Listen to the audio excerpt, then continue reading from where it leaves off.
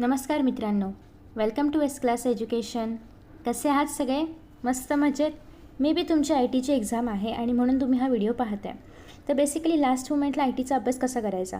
May be तुम्ही I T यासाठी निवडला असेल कारण आपण कमीत कमी अभ्यास करून जास्तीत जास्त स्कोअर करू शकतो. तर बेसिकली हे खरं आहे, कारण आय टीमध्ये आपल्याला कमीत कमी अभ्यास करून पण जास्तीत जास्त मार्क्स मिळवता येतात. पण त्यासाठी लागतं स्ट्रॅटेजी, आणि ती आपण आजच्या व्हिडिओमध्ये पाहणार आहोत. सगळ्यात पहिल्यांदा आय टीचा पेपर हा असणार आहे तुमचा ऑनलाईन. आता सध्या 11th काही कॉलेजेसमध्ये ऑफलाईन होतो. ऑनलाईन म्हणजे घरी बसून नाही बरं का. ऑनलाईन म्हणजे तुम्हाला ॲक्च्युली प्रॅक्टिकल लॅबमध्ये म्हणजेच तुमच्या आय टी लॅबमध्ये जायचं आहे आणि त्या ठिकाणी हा पेपर तुम्हाला स्क्रीनवरती पाहायला मिळतो आणि तुम्हाला स्क्रीनवरतीच टाईप करून आन्सर्स लिहायचे असतात. पण काही कॉलेजेसमध्ये हे पेपर्स लॅबमध्ये न होता ज्याप्रमाणे आपले फिजिक्स केमिस्ट्रीचे पेपर लिहून होतात त्याचप्रमाणे याचाही पेपर घेतला जातो. आता हे कॉलेजमध्ये किती लॅब्स आहेत किंवा कॉलेजमध्ये किती कम्प्युटर्स आहेत, एका वेळी सगळ्यांचा पेपर होऊ शकतो किंवा किती शिफ्ट्स करावे लागतील वगैरे, याच्यावरती हे सगळं डिपेंड आहे. ठीक आहे. पण तुम्ही जर 11thला आय टी घेतलं आणि तुमचं असं असेल की मला 12thला पण आय टी घ्यायचं आहे, तर मात्र तुम्हाला 12thचा जो काही बोर्डाचा पेपर असेल तो कंपल्सरी ऑनलाईनच असतो आणि तुम्हाला कम्प्युटरवरती द्यायचा असतो. तुम्हाला कॉलेजमध्ये PCs अलॉट करून दिले जातात आणि त्या कम्प्युटरवरती तुम्हाला तो पेपर सॉल्व करायचा असतो. ऑलमोस्ट पेपर थोडा आजूबाजूचा वेगळा असतो, म्हणजे तुमच्या राईट हँड साईडला आणि लेफ्ट हँड साईडला जे स्टुडंट्स बसतील त्यांचा आणि तुमचा पेपर तिघांचाही वेगळा असणार आहे. कारण पेपर सेट्समध्ये असतात. First set, second set, third set असं असतं. त्याच्यामध्ये असं कॉपी करायला नाही मिळणार, बट ठीक आहे, आपण बघूया बरं का.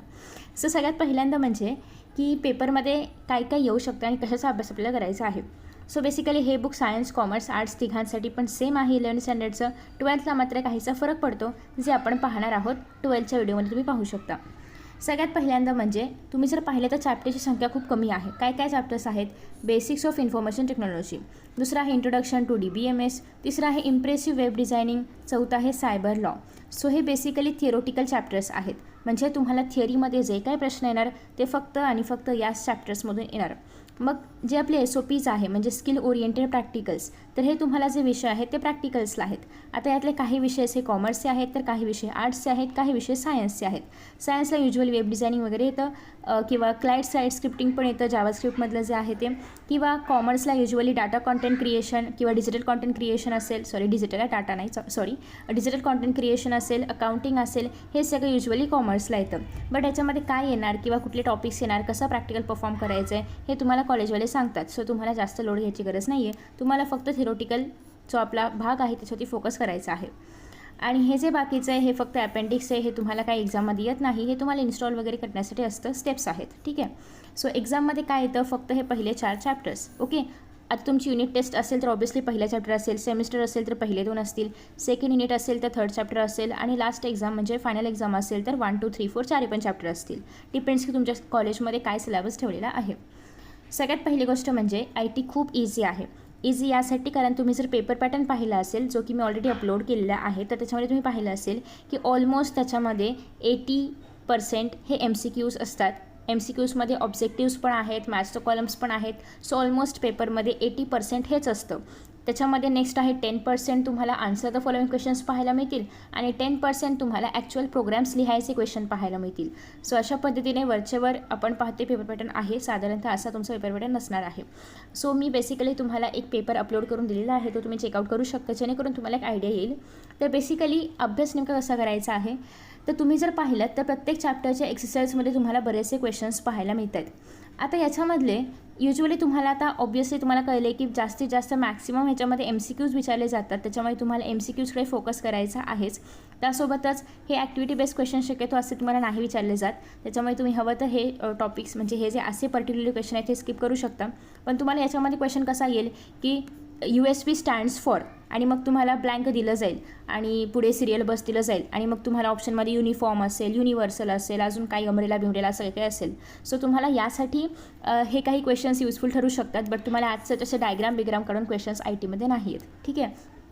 बाकी तुम्हाला कसे क्वेश्चन्स येतात हे बघा. या ठिकाणी कसं आहे, multiple choice 2 correct answers. So basically या ठिकाणी तुम्हाला 2 करेक्ट ओळखायचे आहेत 2 मार्कांसाठी, परत 3 करेक्ट ओळखायचे असतात 3 मार्कांसाठी, 1 करेक्ट ओळखायचं असतं 1 मार्कासाठी, पूर्ण फिलिंग द ब्लँक्स करायचे असतात 1 मार्कासाठी. मॅच द कॉलम दिलं जातं तुम्हाला करायला. नेक्स्ट आहे आन्सर द फॉलोइंगमध्ये तुम्हाला अशा पद्धतीचे प्रश्न असतात. सो बेसिकली आन्सर द फॉलोइंगसाठी तुम्ही एक्सरसाइजमधले क्वेश्चन्स जरी केले तरी पण इनफ आहेत, एक्स्ट्रा करायची गरज नाही आहे, कारण तुम्हाला ऑप्शन्स पण असतात त्याच्यामध्ये आन्सर द फॉलोइंगमध्ये. बाकी कशामध्ये ऑप्शन्स नसले तरी पण या प्रश्नामध्ये पर्टिक्युलरली ऑप्शन दिले जातात आणि प्रत्येकाचं आन्सर हे 2 मार्कांचंच असतं. ठीक आहे. सो बाकी सगळे जे काही MCQs आहेत किंवा जे ऑब्जेक्टिव्स आहेत ते सगळे 1 मार्काला असतात आणि हे जे असणार आहे तर हे 2 मार्कांचं असणार आहे. आणि जे प्रोग्राम्स लिहायचे असतात तर ते डिपेंड्स की तुम्हाला सेमिस्टर एक्झाम असेल तर त्याचा पॅटर्न थोडासा बदलतो, बट अशा पद्धतीने तुमचा सगळा एक पेपर पूर्ण असणार आहे. ठीक आहे. आफ्टर दॅट तुम्ही जर या ठिकाणी पाहत असाल तर तुम्हाला माहिती आहे की जे आपले MCQs आहेत त्यांनी मेजॉरिटी पार्ट कवर केला आहे आणि तुम्ही जर पाहिलं तर एक्सरसाइजमध्ये एवढे पण MCQs नाही आहेत. मग तुम्हाला एक्स्ट्राचे MCQs कुठून करायचे आहेत तर बेसिकली तुम्ही जर पाहिलं तर समरीमध्ये पण अशा बऱ्याचशा गोष्टी आहेत की ज्या तुम्हाला MCQsमध्ये विचारल्या जाऊ शकतात. फॉर एक्झाम्पल हे तुम्हाला 2 पर्याय निवडामधून म्हणजे 2 पर्याय निवडा यासाठी येऊ शकतं.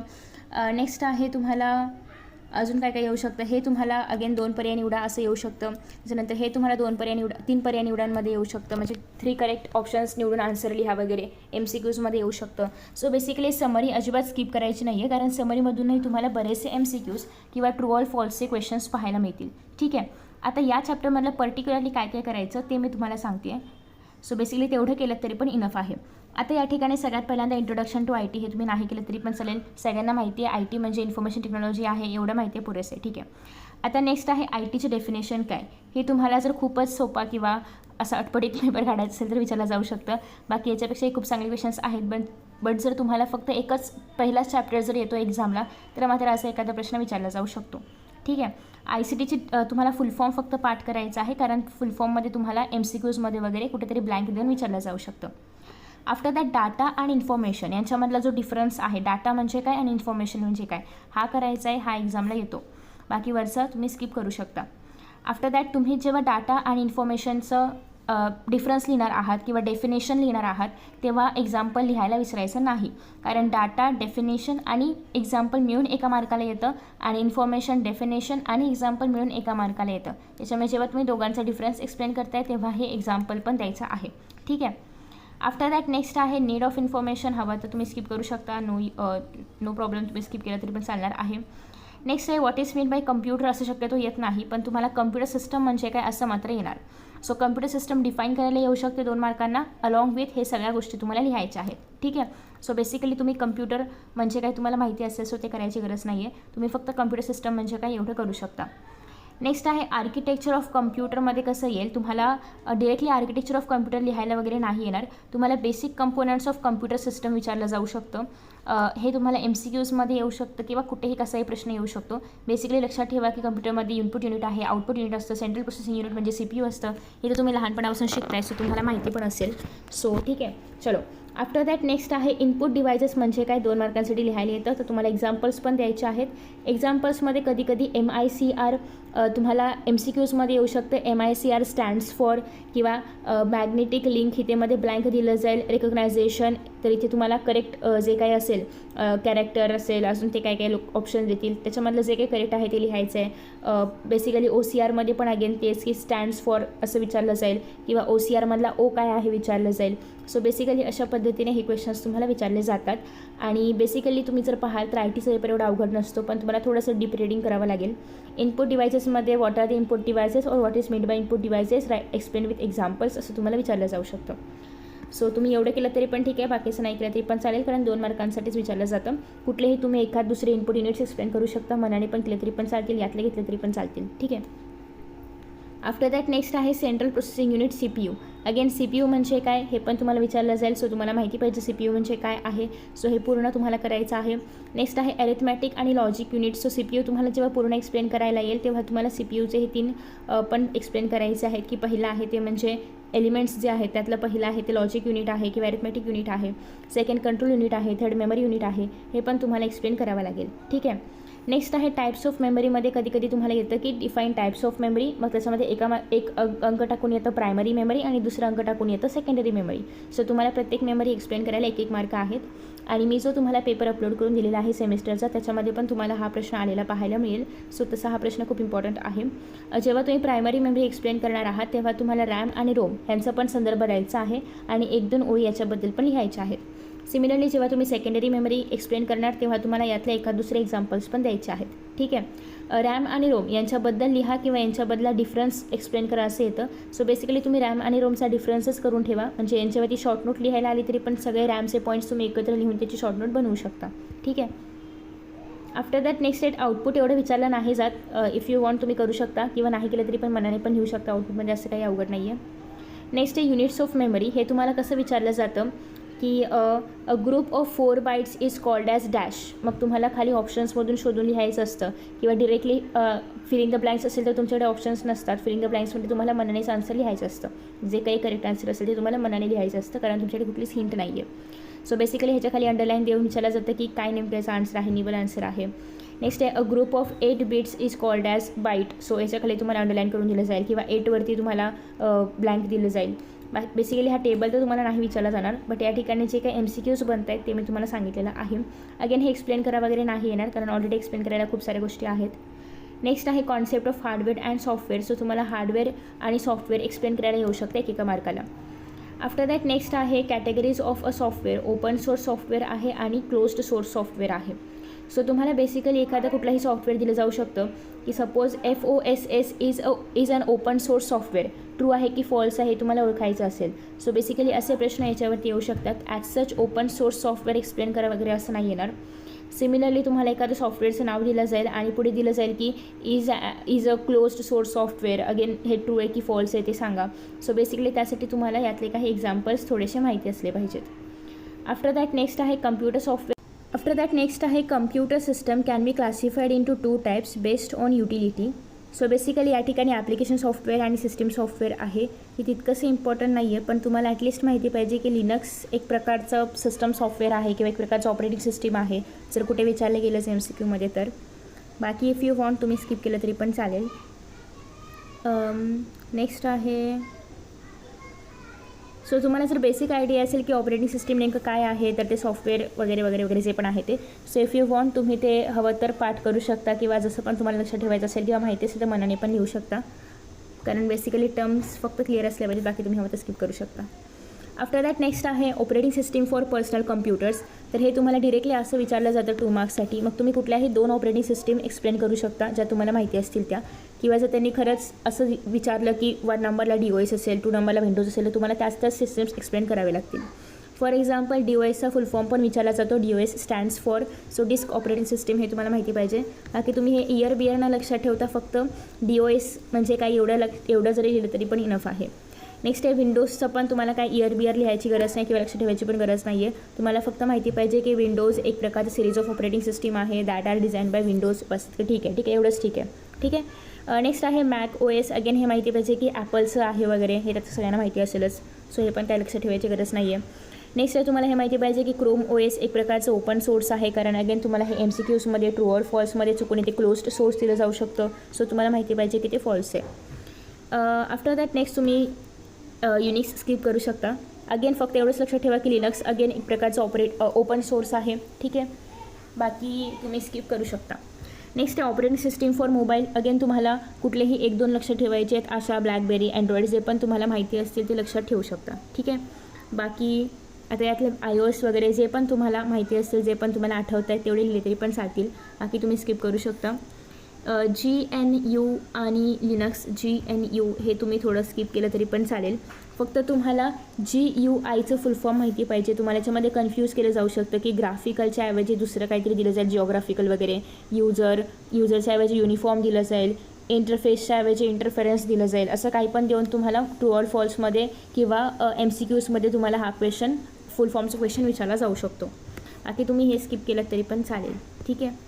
आफ्टर दॅट नेक्स्ट आहे अगेन CLIचा फुल फॉर्म लक्षात ठेवायचं आहे आणि CLI पण तुम्ही स्किप करू शकता, कारण हे प्रश्न जे आहे त्याच्यापेक्षा पण चांगले प्रश्न क्वेश्चनमध्ये पेपरमध्ये येऊ शकतात. आणि जर हे आलं असतं तुम्ही हे ऑप्शनला पण टाकू शकता, कारण तुमच्याकडे ऑलरेडी 2 क्वेश्चन ऑप्शनला टाकण्याची संधी असते, 2 ते 3 प्रश्न ऑप्शनला टाकू शकता तुम्ही. सो कारण त्याच्यामध्ये तुम्हाला एनी 5 सॉल्व करायचा ऑप्शन असतो. सो उरलेले जे 3 प्रश्न आहेत ते तुमच्याकडे ऑप्शनला असतातच. ठीक आहे. सो असं एखादा आला असता तुम्ही ऑप्शनला टाकू शकता. तितकंसं इम्पॉर्टंट नाही आहे, पण फुल फॉर्म मात्र तुम्हाला करायचं आहे. कमांड लाईन इंटरफेस हे त्याचं फुल फॉर्म आहे. हां, नेक्स्ट आहे तुम्हाला याच्यामध्ये कसं येतं की command IS is used for, आणि मग तुम्हाला लिस्ट डिक्टेटरीज येईल, मग तुम्हाला हू एम आय येईल खाली ऑप्शन्समध्ये, आणि तुम्हाला करेक्ट आन्सर निवडायचा असेल. सो असं IS PWT किंवा इको क्लिअर CD वगैरे असं तुम्हाला येईल. ठीक आहे. बाकी नाही केलं तरी पण चालेल. बाकी तुम्हाला या ठिकाणी हू एम आय तर पाहायला मिळतच आहे. सो हे काय लक्षात ठेवायची पण गरज नाही आहे. आफ्टर दॅट नेक्स्ट आहे तुम्हाला याच्यामध्ये कसं येऊ शकतं की असं दिलं जाईल आणि ह्याचा यूज विचारला जाईल खाली, किंवा मॅच द कॉलम्समध्ये याचा यूज वगैरे विचारला जाईल. सो त्यासाठी हे काही जे छोटे छोटे आहेत ते तुम्ही पाठ करून ठेवा. बाकी मोठं नाही केलं तरी पण चालेल. हे तुम्ही स्किप करू शकता. So basically in short Linux आपण का वापरतो किंवा लिनक्सचं का यूज इतकं जास्त आहे याच्यासाठी हे काही लिनक्सचे ॲडव्हान्टेजेस आहेत. सो तुम्हाला हवं असेल तर तुम्ही हे फक्त जे पिंक कलरमधलं आहे तेवढं लक्षात ठेवलं तरी पण चालेल, कारण 2 मार्कांसाठी तुम्हाला युजेस आले तर फक्त हेडिंग्स लिहायचं आहे, ते युजेस एक्सप्लेन नाही करायचे.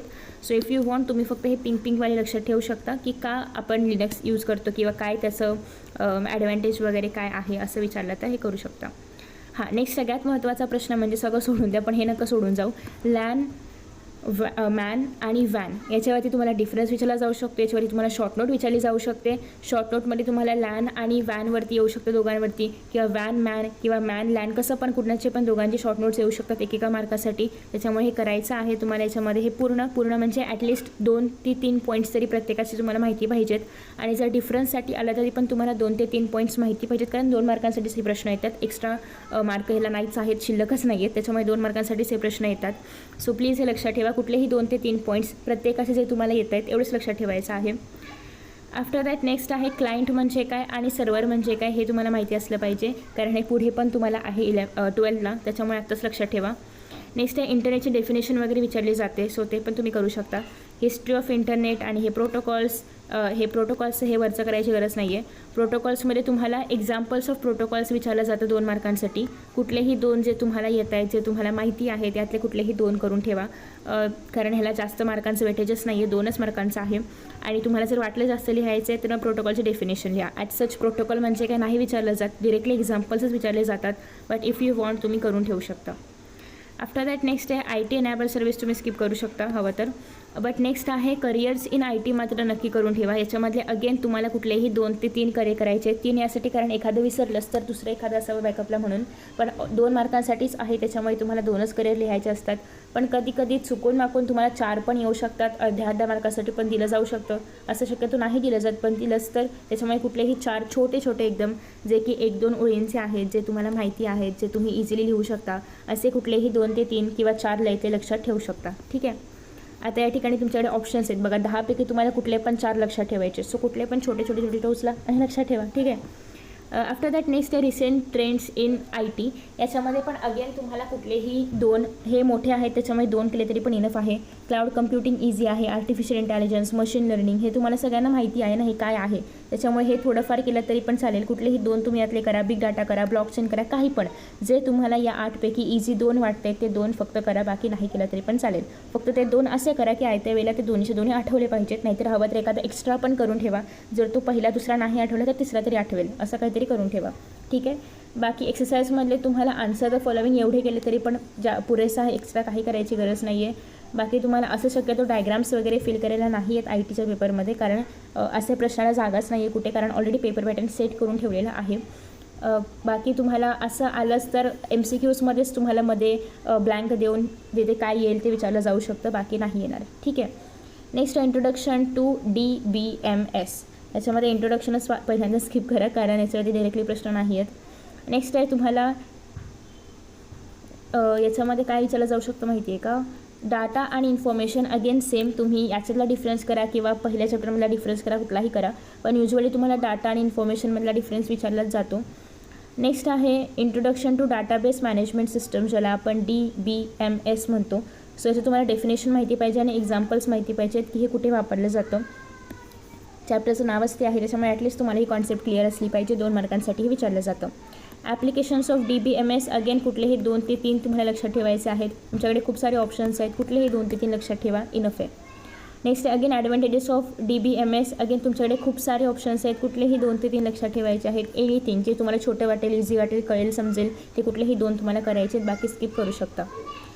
नेक्स्ट आहे डाटा टाईप्स इन DBMS. याच्यामध्ये तुम्हाला कसं येऊ शकतं माहिती आहे का, डाटा टाईप दिला जाईल आणि मॅच द कॉलम्समध्ये डिस्क्रिप्शनमधल्या काहीतरी गोष्टी दिल्या जातील, तुम्हाला मॅच करायचं आहे किंवा तुम्हाला हेच MCQsमध्ये पण येऊ शकतं. सो हा टेबल जरासं इम्पॉर्टंट आहे, त्याच्यामुळे करून ठेवा.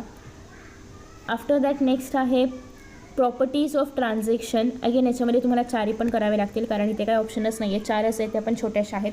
सो 2 मार्कांसाठी तुम्हाला हे 4 पण करावं लागेल. नेक्स्ट आहे इंट्रोडक्शन टू RDBMS. ह्याचं जे काही फुल फॉर्म आहे तर ते लक्षात ठेवायचं आहे. नेक्स्ट आहे बेसिक डाटाबेस कॉन्सेप्टमध्ये तुम्हाला डिरेक्टली लिहायला नाही येणार, तुम्हाला फक्त हे माहिती पाहिजे की याला म्हणजे रो काय आहे किंवा टेबल काय आहे, की काय आहे, रेकॉर्ड काय आहे, हे थोडंसं माहिती पाहिजे. नेक्स्ट आहे तुम्हाला रिलेशन्स किंवा relationships in relational database management system विचारलं जाऊ शकतं. सो त्यासाठी तुम्हाला हे रिलेशन्स आणि हे लक्षात ठेवायचं आहे. इवन तुम्हाला 1 to 1 एक्सप्लेन करायला पण येऊ शकतं, त्याच्यामुळे 1 to 1 काय आहे, 1 to many काय आहे, many to many काय आहे, हे थोडक्यात माहिती पाहिजे तुम्हाला. हे डायग्राम नाही काढून दाखवलं तरी पण चालेल, पण ॲटलिस्ट तुम्हाला 2 मार्कांसाठी आलं तर काहीतरी एक्सप्लेन करता आलं पाहिजे. ऑब्वियसली इंडिव्हिज्युअली 2 मार्कांसाठी नाही येणार, पण या तिन्ही रिलेशन्स एक्सप्लेन करायला 2 मार्कांसाठी येऊ शकतं. ठीक आहे. आफ्टर दॅट नेक्स्ट आहे SQL. SQLचा फुल फॉर्म लक्षात असला पाहिजे, बाकी तुम्ही हवं तर स्किप करू शकता, हे पण स्किप करू शकता. नेक्स्ट आहे कॅटेगरीज ऑफ SQL कमांड्स. तर याच्यामध्ये तुम्हाला फक्त हे बोल्ड्सवाले लक्षात ठेवायचे आहेत. हवं तर तुम्ही हे टेबल्स पण लक्षात ठेवू शकता, पण ॲट सच टेबल्स लिहा वगैरे किंवा फिल करायला असं नाही येणार. तुम्हाला आलाच तर अगेन सिलेक्ट कमांडचा यूज काय आहे हे MCQsमधून शोधायला येऊ शकतं. सो तुम्ही ॲटलिस्ट थोडंफार लॉजिक लावू शकता. डिलीट म्हणजे काय असणार आहे, डिलीट करणार आहे. इन्सर्ट इंट्रो म्हणजे काहीतरी इन्सर्ट करणार आहे. सिलेक्ट म्हणजे काहीतरी बाहेर काढणार आहे डाटा जो आपल्याला हवा आहे तो. सो बेसिकली हे तुम्हाला जर जनरल गोष्टी माहिती असतील, थोडंफार लॉजिक तुम्ही वापरलं तर हे तुम्हाला टेबल्स लक्षात ठेवायची गरज नाही पडणार. ठीक आहे. सो चॅप्टर छोटासा आहे, संपलेला आहे. अगेन MCQsसाठी तुम्हाला याच्यामधल्या थोड्याफार गोष्टी कराव्या लागतील, जसं की कॅटेगरीज ऑफ SQL कमांड्समध्ये तुम्हाला हे नावं लक्षात ठेवावी लागतील. रिलेशन्समध्ये ही नावं लक्षात ठेवावी लागतील. RDBMSचा फुल फॉर्म लक्षात ठेवावा लागेल. ठीक आहे. बाकी नेक्स्ट तुम्ही ॲज युजल याच्यामधले जे हे पण एकदा करून ठेवा. 3 करेक्ट आन्सर्स निवडायचा एक प्रश्न. बाकी एक्सरसाइजमधले जे आन्सर द फॉलोविंग आहे हे तर तुम्ही करणार आहातच. बाकी तुम्ही हवं तर स्किप करू शकता, कारण हे सगळं ऑलरेडी आपलं मी इम्पॉर्टंट क्वेश्चन्समध्ये सांगितलेलं आहे. नेक्स्ट आहे impressive web designing. Impressive web डिझायनिंगमध्ये हे स्किप करू शकता, फक्त तुम्हाला WWWचा फुल फॉर्म माहिती पाहिजे, world wide website. Okay. After that next आहे वर्ल्ड वाईड वेबसाईट. हे तुम्हाला कुठे विचारलं तर लिहिता येईल इतपत करा. आफ्टर दॅट नेक्स्ट आहे कंपोनंट्स ऑफ वेब. हे तुम्हाला विचारलं जातं. Website, web page, web browser, web server हे तुम्हाला लक्षात ठेवायचं आहे. कुठलेही URLचा फुल फॉर्म नक्की विचारला जातो. इथे युनिफॉर्म आहे तर युनिव्हर्सल दिलं जाईल तुम्हाला, तर ते करेक्ट आहे की इनकरेक्ट आहे, किंवा करेक्ट इनकरेक्ट नाही, ट्रू फॉल्स तुम्हाला येऊ शकतं. ठीक आहे. HTTPचं फुल फॉर्म माहिती पाहिजे. HTMLचा फुल फॉर्म माहिती पाहिजे. ठीक आहे. सो हे फुल फॉर्म पण तुम्हाला विचारले जातात. आणि अगेन कंपोनंट्स ऑफ वेबमध्ये कुठले तरी 4 कंपोनंट्स करून ठेवा, विचारलं जाऊ शकतं. नेक्स्ट आहे तुम्हाला असं येतं की इंटरनेट एक्सप्लोरर असेल, गुगल क्रोम आहे, मोझिला फायरफॉक्स आहे, हे दिलं जाईल. आणि तुम्हाला ऑडमॅन आउटसाठी चुकून एखाद्या याच्यामध्ये वेबसाईटचं पण नाव दिलं जाईल, किंवा चुकून या ठिकाणी एखादं वेब ब्राउझरचं नाव दिलं जाईल, तर तुम्हाला त्याला ऑडमॅन आउटमधून बाहेर काढता आलं पाहिजे. हे काही ऑब्जेक्टिव्ह क्वेश्चन्स याच्यामध्ये बनू शकतात, हे तुम्ही स्किप करू शकता. तुम्ही पाहिलं असेल की मी जो पेपर अपलोड केला आहे त्याच्यामध्ये basic structure of HTML explain करायला आलं होतं. तर अशा वेळेस तुम्हाला सगळे टॅग्स लिहायचे आहेत, जे बेसिक टॅग्स आहेत. टायटल आहे, बॉडी आहे, हेड आहे, हे जे आपले HTMLचे बेसिक टॅग्स आहेत हे तुम्हाला लिहायचे आहेत. असे लिहून दाखवायचे आहेत, राईट. असे तुम्हाला लिहून दाखवायचे आहेत. हे मधलं नाही लिहिलं तरी पण चालेल, बॅकग्राऊंड. फक्त तुम्हाला HTML head, title head tag close करायचा आहे. बॉडी टॅग स्टार्ट करायचा आहे. बॉडीमध्ये जे काही लिहायचं आहे ते बॉडी क्लोज करायचं आहे, HTML क्लोज करायचं आहे, एवढंच दाखवायचं आहे. नेक्स्ट आहे तुम्हाला माहिती पाहिजे की हा जो ज्याला आपण मध्ये ब्रेक देतो ना, ह्याचा स्पेस देतो, ज्याला आपण स्पेस म्हणतो. सो बेसिकली BR टॅग जो आहे त्यासाठी वापरण्यात आलेला तो कसा आहे, एम्प्टी टॅग आहे, म्हणजे याला कुठलाही असा क्लोज BR टॅग नसतो. ठीक आहे. सो बेसिकली हे तुम्हाला माहिती पाहिजे. हे अगेन ट्रू ऑर फॉल्समध्ये येऊ शकतं की BR टॅग दिला जाईल आणि हे एम्प्टी आहे, क्लोज आहे असं दिलं जाऊ शकतं. बाकी तुम्हाला माहिती आहे जे क्लोज आपण करतो त्याला आपण कंटेनर टॅग्स म्हणतो. हे काही तुम्हाला लिहायला नाही येणार, बट आलं तर ऑब्जेक्टिव्हमध्येच येऊ शकतं. नेक्स्ट आहे बेसिक स्ट्रक्चर ऑफ HTML. मी तुम्हाला सांगितलं, त्याच्यामध्ये तुम्हाला ह्या सगळ्या गोष्टी ॲड करायच्या आहेत. नेक्स्ट आहे, हे तुम्हाला थोडंफार माहिती पाहिजे की हेडर म्हणजे काय, हेडिंग देणार. NAV टॅग असेल तर नेव्हिगेशन लिंक्स, म्हणजे आपण त्या लिंकवर क्लिक केलं की आपल्याला ते पाठवतं ना त्या लिंकवरती. सो बेसिकली त्यासाठी NAV आहे. सेक्शन म्हणजे काय, सेक्शन्स बनवले आहेत. एसाइड म्हणजे काय आहे, फुटर म्हणजे काय आहे, डिटेल्स म्हणजे काय आहे, हे तुम्हाला थोडक्यात माहिती पाहिजे. तुम्हाला सच लिहायला वगैरे नाही दिलं जात, पण कधी कधी ऑब्जेक्टिव्हमध्ये, मॅच द कॉलम्समध्ये, MCQजमध्ये कुठेही विचारलं जाऊ शकतं. नेक्स्ट आहे या ठिकाणी जे टेक्स्ट फॉर्मॅटिंग टेबल आहे, एलिमेंट्सचा टेबल आहे, तर हे तुम्हाला ॲट सच लिहायला नाही येत, पण तुम्हाला टॅगचं नाव दिलं जातं आणि डिस्क्रिप्शन तुम्हाला मॅच करायला वगैरे येऊ शकतं मॅच द कॉलम्समध्ये. सो यासाठी तुम्हाला याच्यामधलं काय माहिती नाही. आता U म्हणजे अंडरलाईन असणार आहे, हे जनरल आहे. B म्हणजे बोल्ड जनरल आहे. I म्हणजे इटॅलिक्स जनरल गोष्ट आहे ना ही, हे तुम्हाला थोडंफार माहिती असलं पाहिजे. मग SUB म्हणजे काय, SUP म्हणजे काय, हे तुम्हाला कदाचित माहिती नसू शकतं. मग तुम्ही हे फक्त लक्षात ठेवण्याचा प्रयत्न करा. आता INS म्हणजे काय असणार आहे, जे आपण इन्सर्ट केलं आहे ते. सो इट्स इझी, म्हणजे हे खूप इझी आहे तुम्ही जर लॉजिक शोधायचा प्रयत्न केलात तर. पण तुम्ही फक्त रट्टा मारत राहिलात तर ते तितकं इझी नाही पडणार. ठीक आहे. त्याच्यामुळे फक्त जे आपल्याला येत नाही तर DEL म्हणजे काय, डिलीटेड काहीतरी. सो इट्स लाईक, म्हणजे तुम्हाला आलं जर ऑप्शनमध्ये तर तुम्हाला माहिती पाहिजे की DEL म्हणजे काहीतरी डिलीटचं कुठेतरी संदर्भ असणार आहे. इव्हन तुम्हाला पूर्ण नाही माहिती आहे, ठीक आहे ना, तुम्ही डिलीट शोधून कुठून तरी काढू शकता याचा आन्सर. ठीक आहे. सो बेसिकली तुम्हाला जे माहिती नाही आहे ते फक्त या चार्टमधलं करा. नेक्स्ट आहे तुम्हाला अशा पद्धतीने हे जे एवढे सिम्पल हे आहेत प्रोग्रामिंग आहे ते काही तुम्हाला डिरेक्टली करायला नाही येणार, हे प्रॅक्टिससाठी आहे. हे तुम्हाला माहिती पाहिजे की BR टॅग आपण ब्रेकसाठी वापरतो.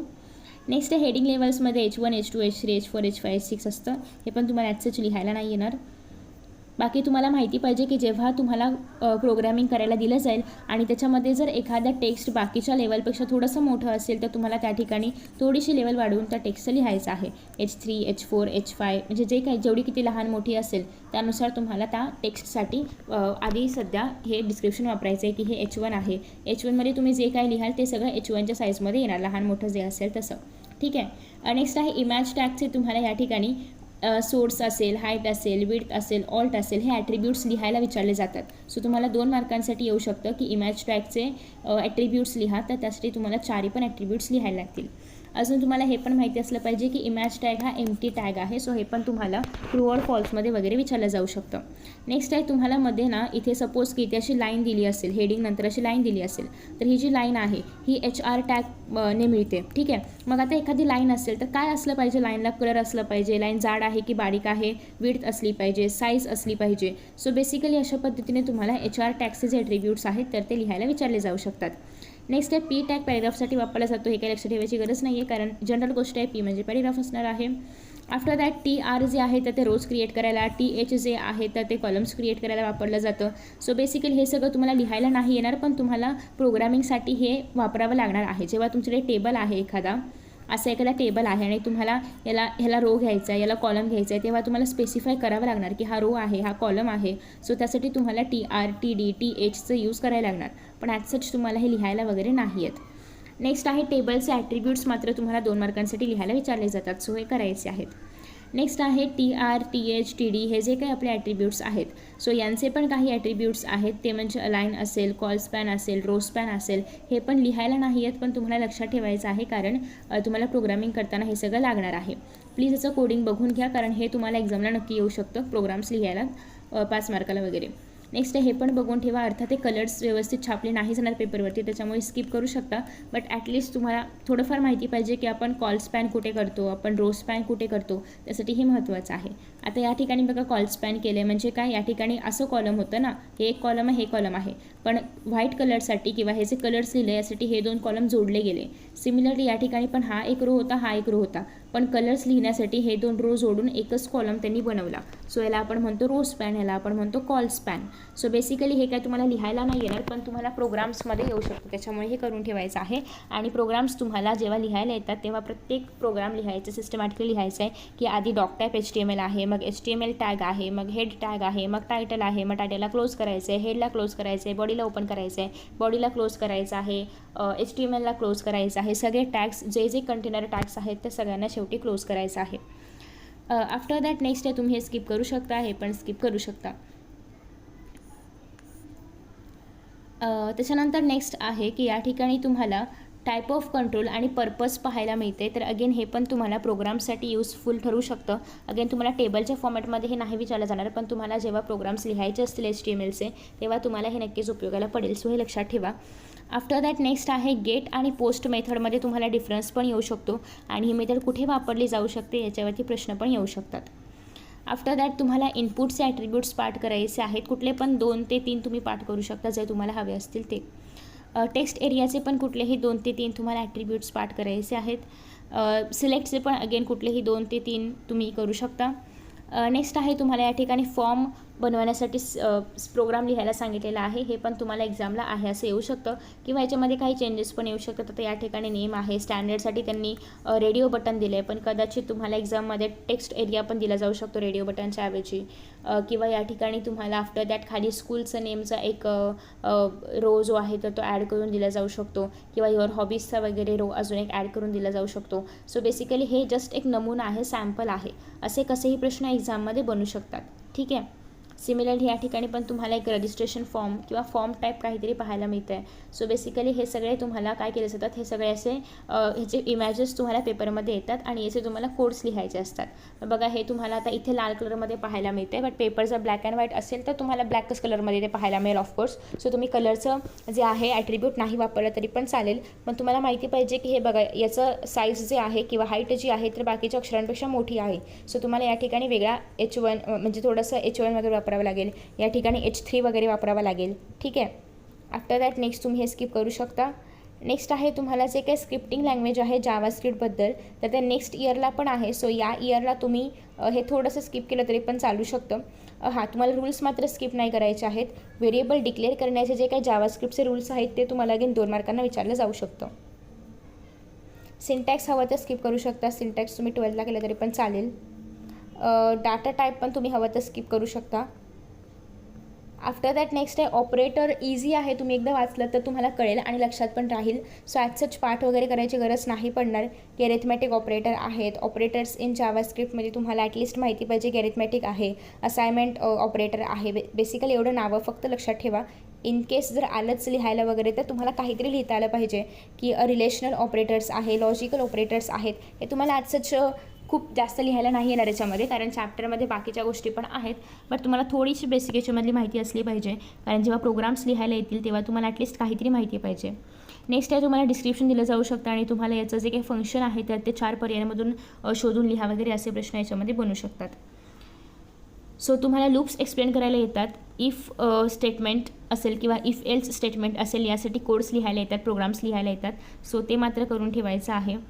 आफ्टर दॅट नेक्स्ट आहे तुम्हाला ऑन क्लिक आणि त्याचं जे काही इव्हेंट आहे ते. सो डिस्क्रिप्शन येऊ शकतं. बेसिकली डिस्क्रिप्शन दिलं जाईल आणि तुम्हाला ऑन क्लिक आहे की ऑन माऊस ओव्हर आहे, जे काही असेल ते ऑप्शनमधून शोधून लिहिण्यासाठी हा चार्ट किंवा हा टेबल महत्त्वाचा आहे. बाकी तुम्हाला ॲटलिस्ट हे थोडंफार करायचं आहे जावास्क्रिप्टचे जे काही कोडिंग्स आहेत तर ते, जेणेकरून तुम्हाला एक्झाममध्ये आलंच तर लिहिता आलं पाहिजे. इवन हे 12थला पण जावास्क्रिप्ट आहे, त्याच्यामुळे आत्ता केलं तर तुम्हाला 12थला बेनिफिट होईल. आफ्टर दॅट नेक्स्ट आहे अगेन तुम्ही थोडेफार याची प्रॅक्टिस करू शकता. बाकी समरीमध्ये तुम्हाला हे जे सगळ्या गोष्टी आहेत ह्या लक्षात ठेवायच्या आहेतच. आपण याच्या आधी पण पाहिलेल्या आहेत, कारण एक्झाम्समध्ये MCQला येऊ शकतं, मॅथ्स द कॉलमला कसं पण येऊ शकतं. अगेन MCQ सगळे करा.